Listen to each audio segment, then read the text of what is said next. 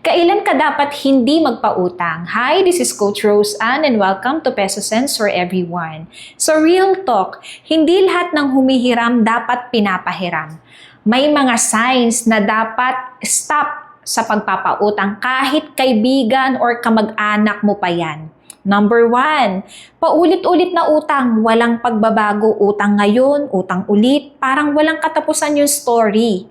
Number 2, walang clear na payment plan. Babayaran ko rin yan. Pero hindi mo alam kung kailan. Number 3, naiinis ka na pero natatakot kang tumanggi. Dito madalas nagsisimula ang stress at resentment. Hindi ka masamang tao kapag tumanggi ka.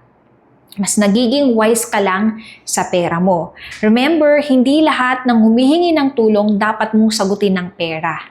And that's me bringing Peso Sense to everyone.